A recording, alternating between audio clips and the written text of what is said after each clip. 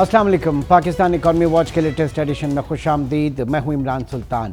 IMF का 9th review ज़ाहिर है कि अभी तक मुकम्मल नहीं हो सका, बहुत सारी चीज़ें अभी रहती हैं और बहुत सारे प्रोग्राम जो हैं वो फ्रंट लोडेड हैं। इस वक्त जिस तरीके से हम देख रहे हैं कि बिजली और गैस की कीमतों में इजाफा, उसके साथ साथ सब्सिडीज़ का खात्मा। फिर पिछले दिनों प्राइम मिनिस्टर शहबाज शरीफ साहब ने एक किसान पैकेज दिया था, वो भी इस वक्त जो है उसकी किस्मत भी है, उसके बारे में कुछ नहीं कहा जा सकता क्योंकि वो भी उसके भी ख़त्म होने का इम्कान है। फिर हमारा जो एक्सपोर्ट सेक्टर है, जो इसको जो सब्सिडीज़ हैं, हमारे एक्सपोर्ट ओरिएंटेड 5 जो सेक्टर कहलाते हैं, जो सनतें हैं, उनको जो सब्सिडीज़ हैं वो भी ख़त्म किए जाने का इम्कान है। तो ये बहुत सारी भारी भरकम चीज़ें हैं जो आने वाली हैं। फिर मिनी बजट और वो उस मिनी बजट के साथ साथ जो है आगे चल के इलेक्शंस को भी देखना है। अब आज की मैं खबर बताऊं कि फिच ने, जो कि रेटिंग एजेंसी है, उसने पाकिस्तान की foreign currency IDR to CCC- कर दिया। पाकिस्तान की जो फॉरेन करेंसी रेटिंग है उसको डाउनग्रेड कर दिया और उनका भी यही कहना है कि डिफ़ॉल्ट और debt restructuring is an increasingly real possibility. यानी अभी तक हम उस चीज़ से, उस ख़तरे से बाहर नहीं निकले जो बात की जाती है डेट डिफ़ॉल्ट के हवाले से, या जो हमारा डेट है उसका इतना बड़ा साइज़ है, ये पाकिस्तान को कहाँ लेकर जाएगा। सैयद उसामा रिजवी इस वक्त हमारे साथ मौजूद है, माहिर मुआशियात हैं। बहुत शुक्रिया उसामा। सबसे पहले तो ज़रा फिच ने जो रेटिंग हमारी डाउनग्रेड की, इसके ऊपर आ जाते हैं, दैन उसके बाद कंटिन्यू आगे करेंगे। क्या CCC- क्या शो कर रहा है? देखें, ये सब कुछ जो भी आपने अपने इंट्रोडक्शन में बताया है, I don't think this comes as a surprise to me और टू यू एज वेल, या काफी ज्यादा लोगों को ये सब चीजें ऑलरेडी एंटिसिपेटेड थी।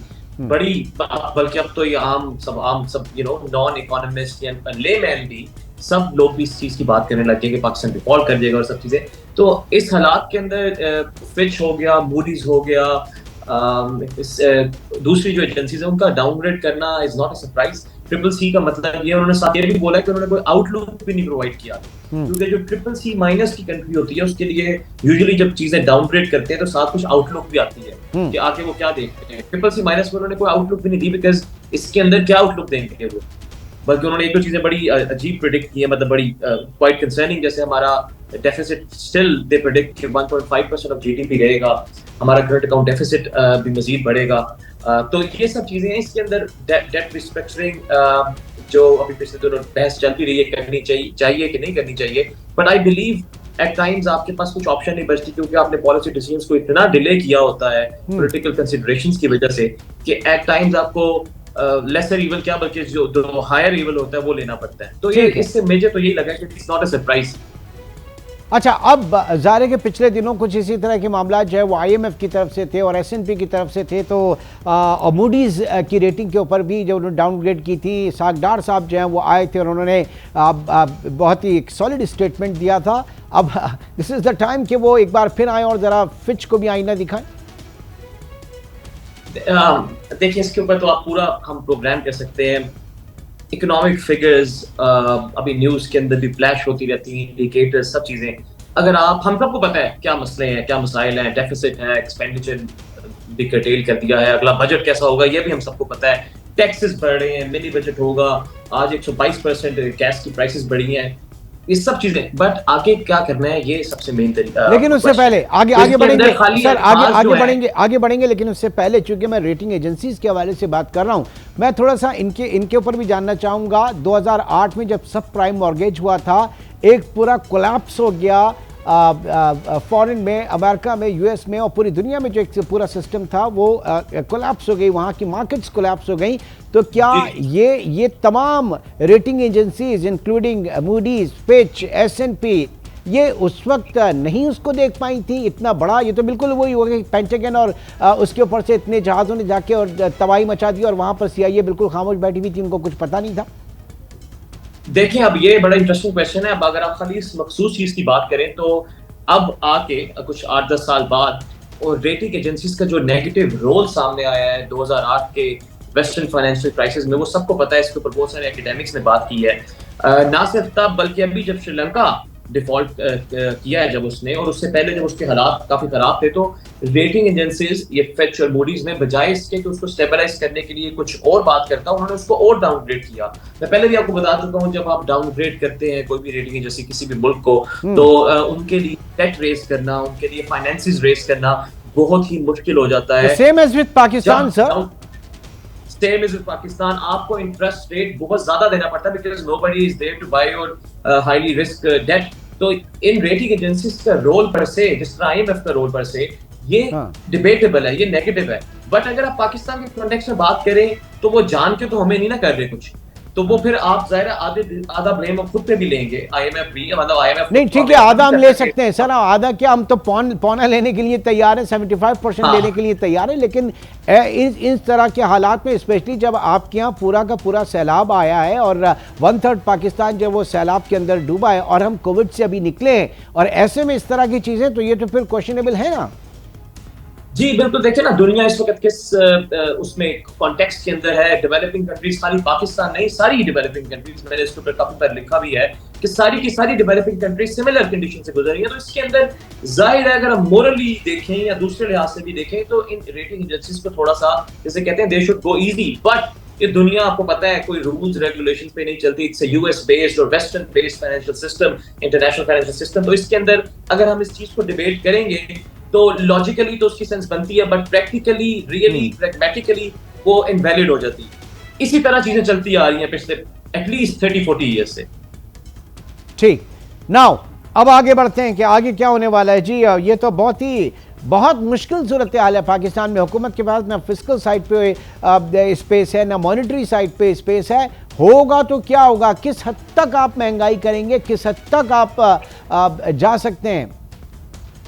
देखिए, अब पिछले 22 साल के अंदर हमारा जो डेट है, पब्लिक डेट, आपको पता है 1500% बढ़ा है, 1500% पिछले 22 साल के अंदर। हमारे जो लोन्स की कॉम्पोजिशन है उसके अंदर लॉन्ग,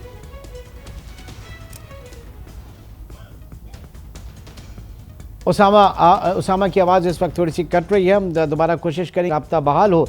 और ज़ाहिर है कि यहाँ पर डिस्कस किया गया जो रेटिंग एजेंसीज़ हैं वो जब किसी मुल्क की रेटिंग को डाउनग्रेड करते हैं तो उस मुल्क के लिए इंतहाई मुश्किल होता है उस सूरत हाल से बाहर निकलना। और श्रीलंका के साथ हम देख चुके हैं, अब सेम एज विद पाकिस्तान, आज भी फिच ने पाकिस्तान की जो रेटिंग है उसको डाउनग्रेड किया।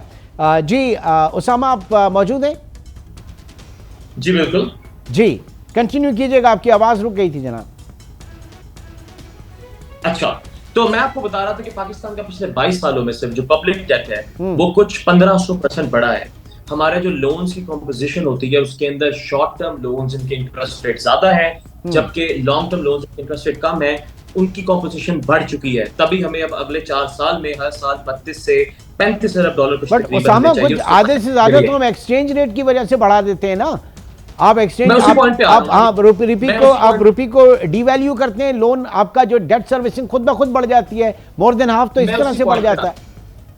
जी मैं उसी पॉइंट पे आ रहा हूँ। देखेंगे जो पूरा, मैं हमेशा कहता हूँ कि जो पूरा सिनेरियो आपने देखना है कि अभी क्या हो रहा है ग्लोबली डॉलर के साथ एंड देन आपकी कंट्री में। इसके 2 पार्ट्स हैं। अब डेट सर्विसिंग, हमारी कुछ 50% हमारा बजट डेट सर्विसिंग में जाता है, 4.5 trillion something.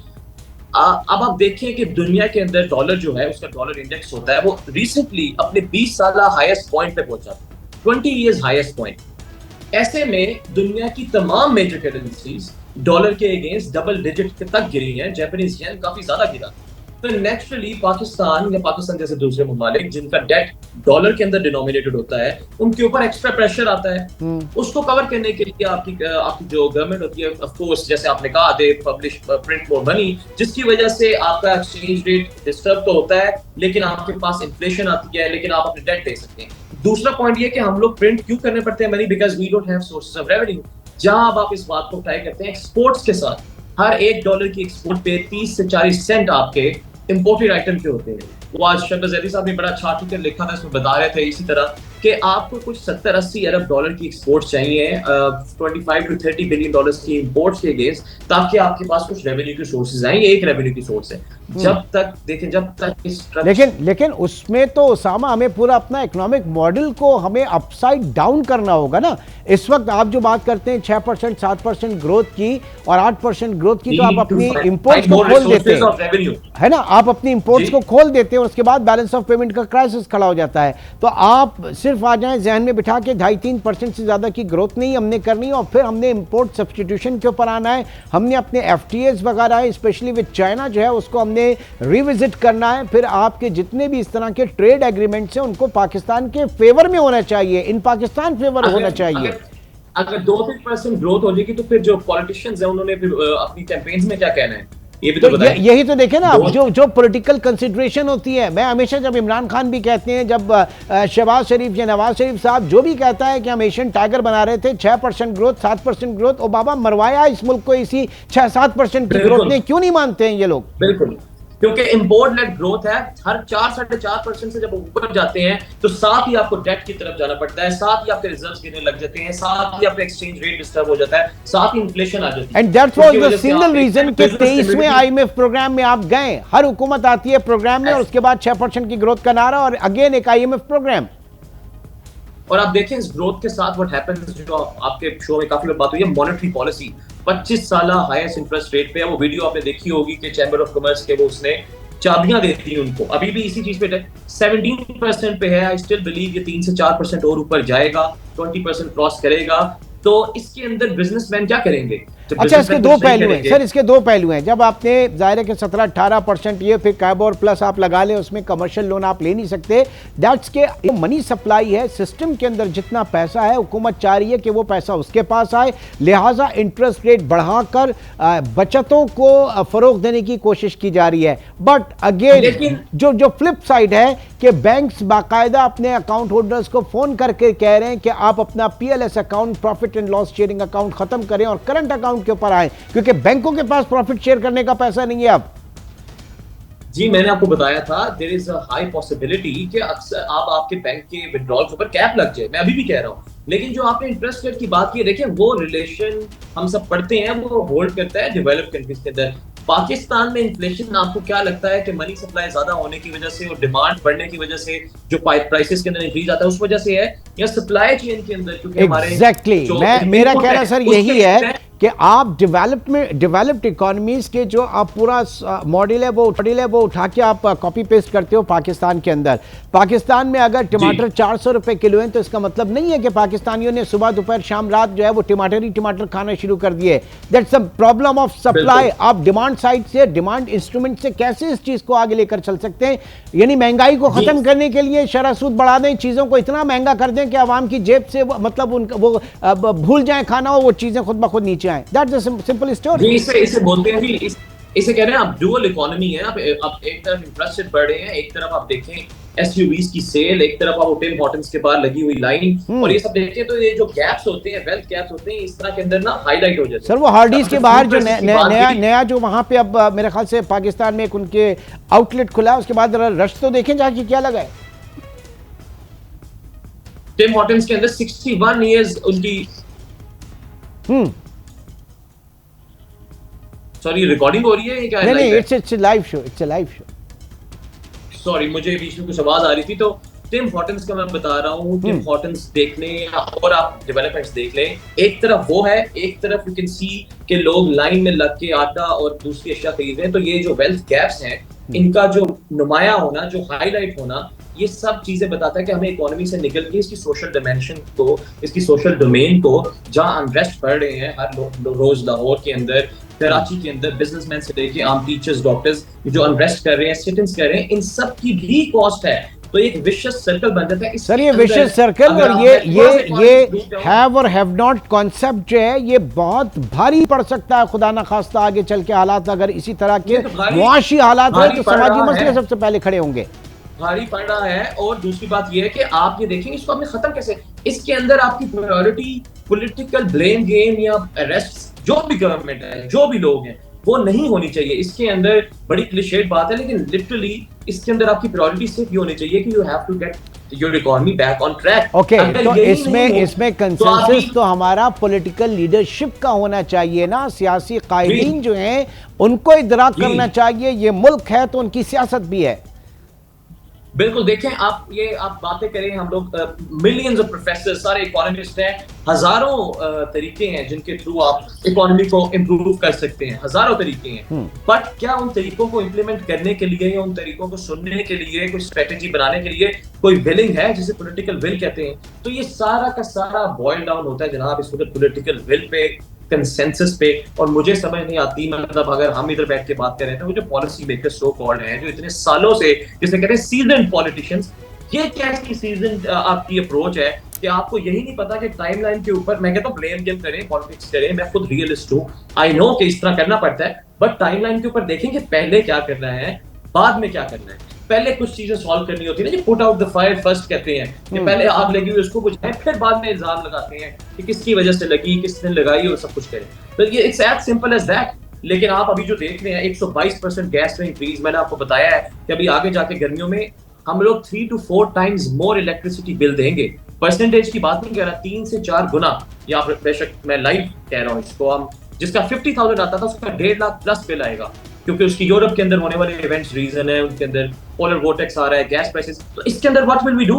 Pakistan as a country default करे या ना करे, एक इंडिविजुअल लेवल, एक एवरेज हाउस होल्ड लेवल जो कि 40, तो हम तो सिर्फ दुआ कर सकते हैं कि यूरोप में इस मर्तबा सर्दियां जो हैं वो इतनी सर्द ना हो, गर्मी वाली सर्दियां। बिल्कुल, लेकिन वो होगी, वो होंगी आगे जाके। अगर आप वेदर फोरकास्ट देखें तो वो विंड्स ड्रॉप कर रही है, उसकी वजह से होगा। बट क्या हमने क्या किया उसके लिए? हमने क्या अपने एलएनजी के कॉन्ट्रैक्ट्स रिवाइज किए? क्या हमने चाइना के साथ, मैं हमेशा कहता हूं, हम रशिया के साथ डायरेक्ट डील कर रहे हैं ऑयल, जो कि डिप्लोमेटिकली बिल्कुल भी अच्छी चीज नहीं है। आपको चाइना को यूज करते हुए, यहाँ आपकी चाइना के साथ डिप्लोमेसी यूज करते हुए, आपको चाइना के थ्रू चीजें लेनी चाहिए। आपकी रिफाइनरीज उसको प्रोसेस नहीं कर सकती, आपको चाइना से रिफाइंड प्रोडक्ट लेने चाहिए। चलें, नेक्स्ट प्रोग्राम में जरा इसके ऊपर मैं चाहूंगा कि टोटली आपसे इसके ऊपर जरा फोकस्ड होकर बात करें। बहुत बहुत शुक्रिया।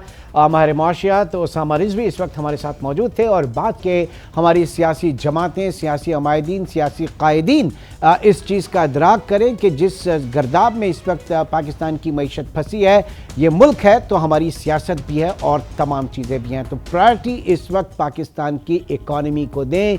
सब इस वक्त चंद जो मखसूस हमारे मुआशी आदाब हैं, मुआशी कारकर्दगी और बेसिक प्रिंसिपल्स जो हैं उसके ऊपर मुत्तफिक हो जाएं। सियासत ज़रूर करते रहें, लेकिन मईशत और मुल्क जो है वो पहले है। इंशाल्लाह आपसे फिर मुलाकात होगी। टिल देन टेक केयर, अल्लाह हाफ़िज़।